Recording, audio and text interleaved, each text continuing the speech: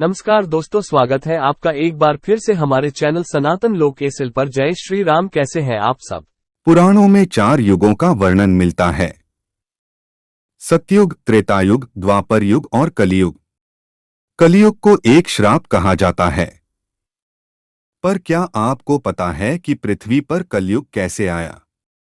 कैसे कलयुग की शुरुआत हुई? आइए हम इस वीडियो के माध्यम से बताते हैं आपको। क्या हमने कभी इस बात की ओर ध्यान दिया है कि ऐसा क्या कारण रहा होगा जिसके चलते कलयुग को धरती पर आना पड़ा? वह न सिर्फ आया बल्कि यहाँ आकर यहीं का हो गया। तो आखिर क्या रहस्य है कलयुग के धरती पर आगमन के पीछे?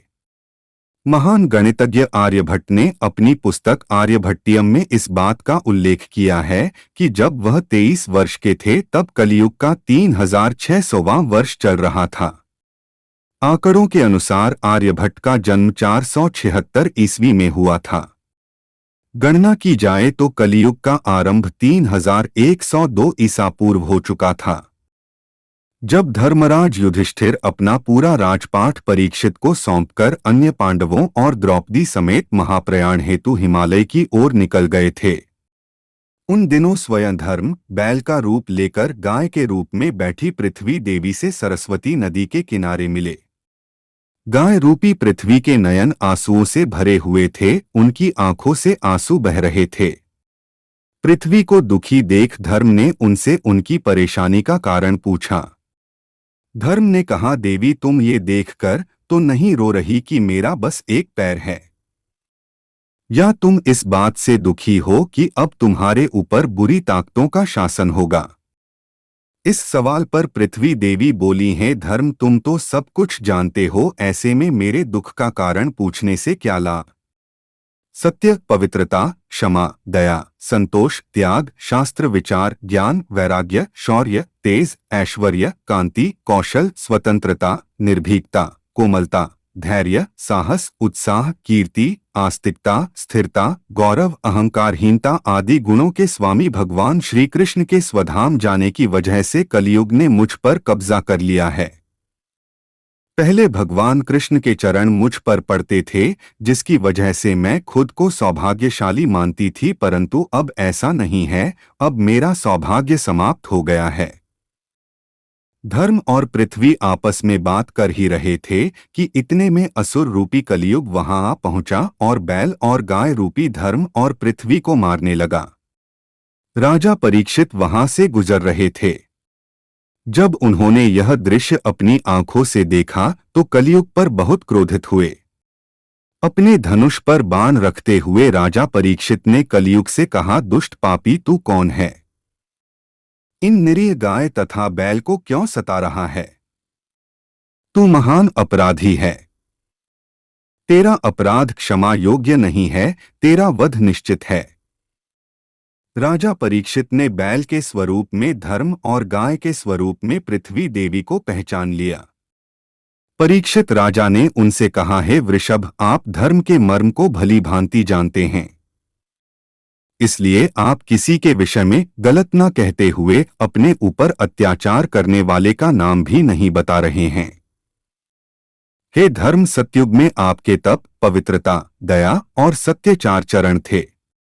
त्रेता में 3 चरण रह गए, द्वापर में 2 ही रह गए और अब इस दुष्ट कलियुग के कारण आपका एक ही चरण रह गया है। पृथ्वी देवी भी इसी बात से दुखी हैं। इतना कहते ही राजा परीक्षित ने अपनी तलवार निकाली और कलियुग को मारने के लिए आगे बढ़े। राजा परीक्षित का क्रोध देखकर कलियुग कांपने लगा। कलियुग भयभीत होकर अपने राजसी वेश को उतार कर राजा परीक्षित के चरणों में गिर गया और क्षमा याचना करने लगा। राजा परीक्षित ने शरण में आए हुए कलियुग को मारना उचित न समझा और उससे कहा, कलियुग तू मेरे शरण में आ गया है, इसलिए मैं तुझे जीवनदान दे रहा हूं। किंतु अधर्म, पाप, झूठ, चोरी, कपट, दरिद्रता आदि अनेक उपद्रवों का मूल कारण केवल तू ही है। तू मेरे राज्य से अभी निकल जा और फिर कभी लौटकर मत आना। परीक्षित की बात को सुनकर कलियुग ने कहा कि पूरी पृथ्वी पर आपका निवास है। पृथ्वी पर ऐसा कोई भी स्थान नहीं है जहां आपका राज्य ना हो, ऐसे में मुझे रहने के लिए स्थान प्रदान करें। कलयुग के ये कहने पर राजा परीक्षित सोचने विचार कर कहा, झूठ, द्यूत, मद्यपान, परस्त्रीगमन और हिंसा, इन 4 स्थानों में असत्य, मद, काम और क्रोध का निवास होता है। तू इन 4 स्थानों पर रह सकता है। परंतु इस पर कलियुग बोला है, राजन, ये 4 स्थान मेरे रहने के लिए अपर्याप्त है। अन्य जगह भी प्रदान कीजिए मुझे। इस मांग पर राजा परीक्षित ने उसे स्वर्ण के रूप में 5वां स्थान प्रदान किया। स्वर्ण रूपी स्थान मिलते ही कलियुग ने राजा परीक्षित के सोने के मुकुट में वास कर लिया।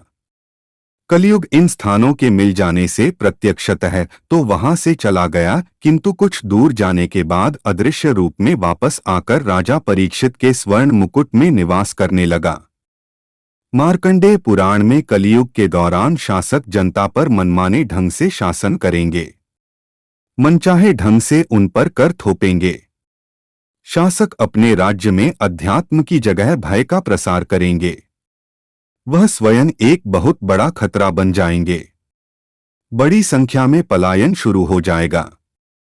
लोग सस्ते खाद्य पदार्थ और सुविधाओं की तलाश में अपने घरों को छोड़कर जाने के लिए मजबूर होंगे। धर्म को नजरअंदाज कर दिया जाएगा और लालच, सत्ता, पैसा सभी के मस्तिष्क में प्रबल रूप से विद्यमान रहेगा। लोग बिना किसी पश्चाताप के अपराधी बनकर लोगों की हत्या करेंगे। कलयुग कर देगा सभी धर्मों का नाश। संभोग जिंदगी की सबसे बड़ी जरूरत बन जाएगी। लोग बहुत आसानी से कसम खाएंगे और उसे तोड़ देंगे। वचनों का कोई अर्थ नहीं रह जाएगा। लोग मदिरा और अन्य नशीले पदार्थों की चपेट में आ जाएंगे। गुरुओं का सम्मान करने की परंपरा समाप्त हो जाएगी। ब्राह्मण ज्ञानी नहीं रहेंगे। क्षत्रियों का साहस खो जाएगा और वैश्य अपने व्यवसाय में ईमानदार नहीं रह जाएंगे। पाप अपने चरम पर होगा।